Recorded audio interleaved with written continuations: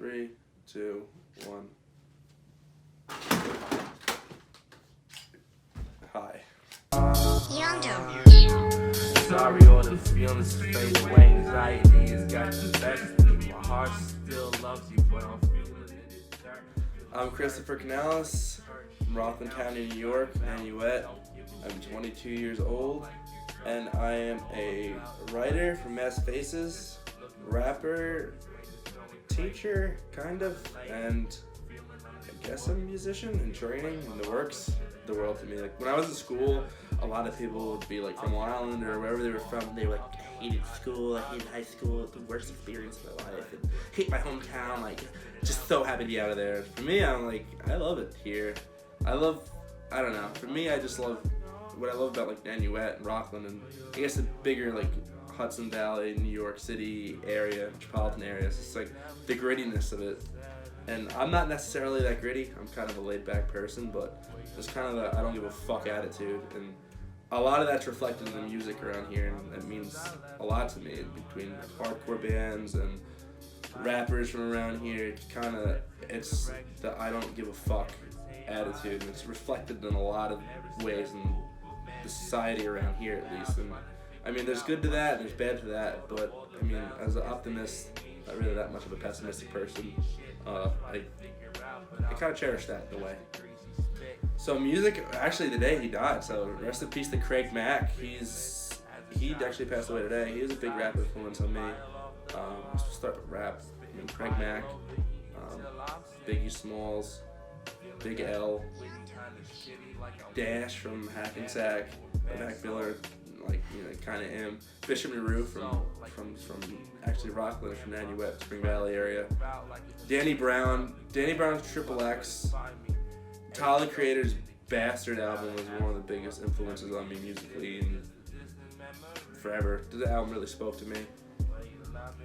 Recently, Wiki's a big influence. I don't know, it's like weird because with music, it's like I don't think of a specific artist. I kind of, the more I find artists, like I'll find an album and I'm like, wow, this really means a lot to me, and I could connect to this or relate to this or relate to however I'm feeling, and it becomes an important meld of who I am. And some of those albums I found when I was like 11 or 12, and some of those albums I found like last month. So it's kind of a continual growth of people that influence me. Even if maybe I make music one day that gets a following, I feel like there'll be continual artists that could be younger or older than me that will influence me in a certain way, or give me some insight to make either my music better or to make me make sense of the world. And I kind of think that's what music is, just making sense of the world around you through a tune or melody. So I grew up here, but also, like I said, in Warwick. For me, I was raised by my grandmother for the most part. My dad wasn't really part of the picture, and my mom worked 2 jobs as a social worker, so she was around when she could. When I was younger, I used to go at her house on the weekends, and during the week I'd stay here.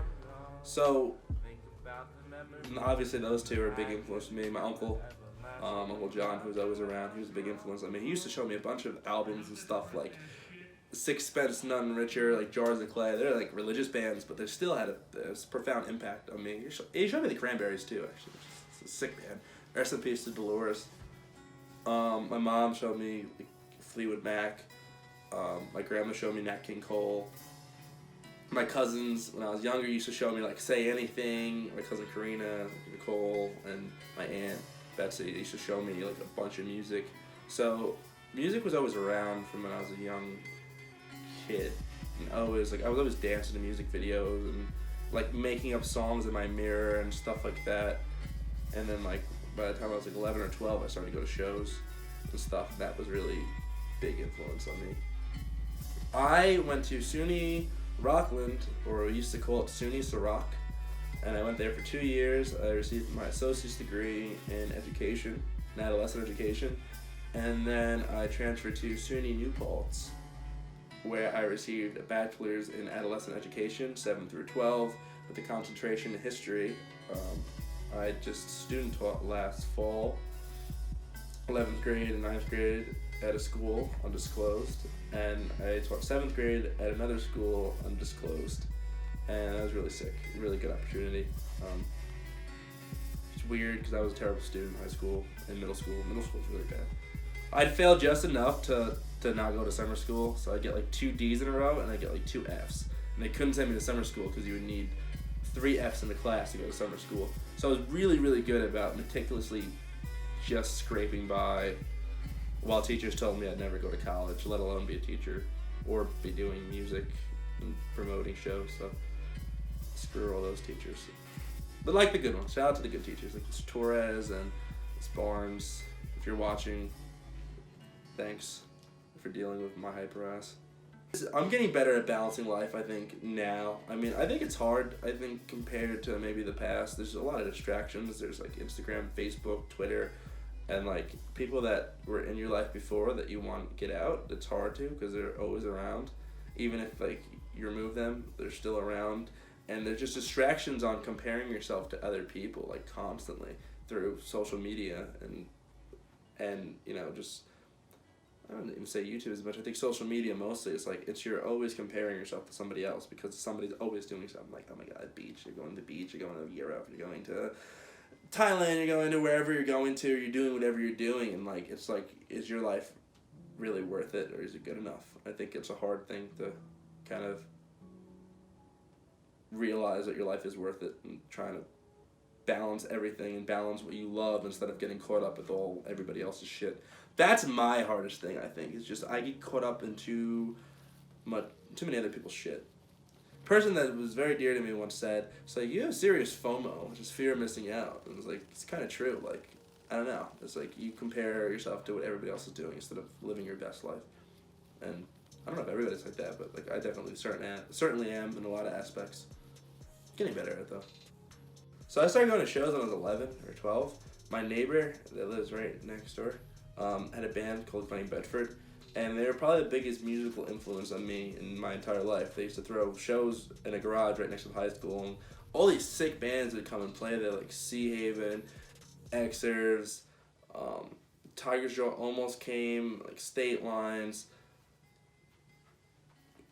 a bunch of bands, like just, and it was really cool to see like old bands that are on their way out, like old like hardcore bands from Jersey, like from like 06 to like 07, 08, 09, and like seeing them out, and then just seeing all these new bands form, and like all these bands from Long Island come up, and it really kind of it never went away. Like I was straight edge during this time period.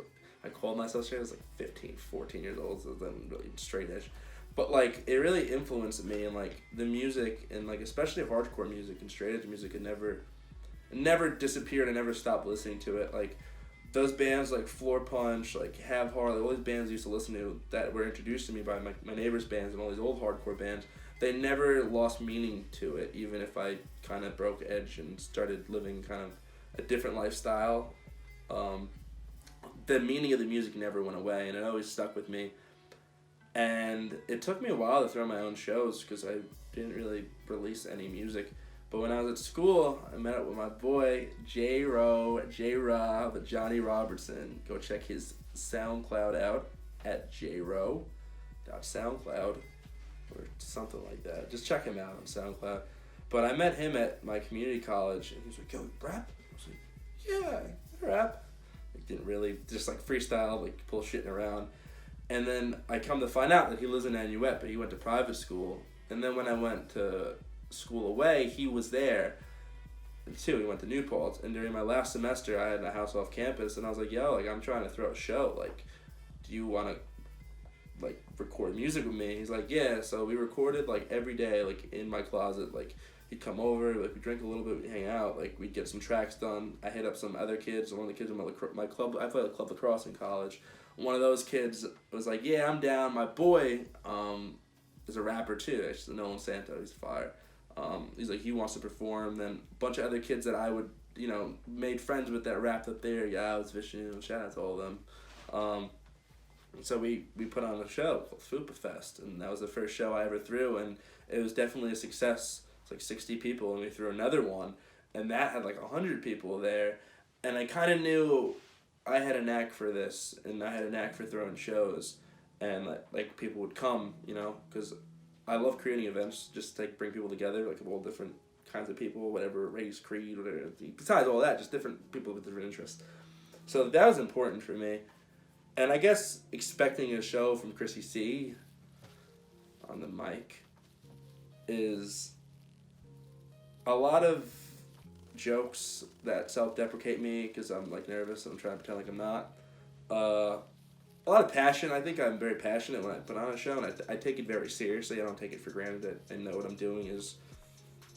I at least think it's serious. Like, you're putting on music, you're bringing people together, and like you better be done right. And you better have, people there, people into it, and I guess just like, for me, I guess the main part of the show with me is bringing people together from all different aspects, all different type of people, and bringing them together just to listen to music. And I think that's really cool, and when people are really into it, and like they appreciate it, and especially people that don't go to shows that appreciate it. Like, I've had a couple people come up to me and say, yo, I hate shows, I don't do that, but that show was really sick, or that was really sick. And that's, I think, what's important, is bringing people together. Because I think we really kind of divided, especially right now, really divided along like racial lines. We like to think along racial lines, sexual lines, this line, that line, blue line, red line, whatever the fuck. But when it's music, I think all those lines come down, and I think it's just, you kind of see the real raw humanity in people. And that's what I'm trying to do, I guess, is just kind of bring people together and make something real. And I think, and especially nowadays, everybody's so obsessed with everybody else, what they're doing, and what clothes somebody has, what girl they're fucking, how many girls they fucked, how many guys they fucked, whatever the hell, like, they want to do. Oh, I got so trash, I got this, I got that, like, I went here, I went there. It's just like, I think the humanity part is something that's kind of lacking. It's not missing, but it's lacking, and if I could do something to restore that, or to help it out, even in the little, smallest way, like, I think that's an accomplishment.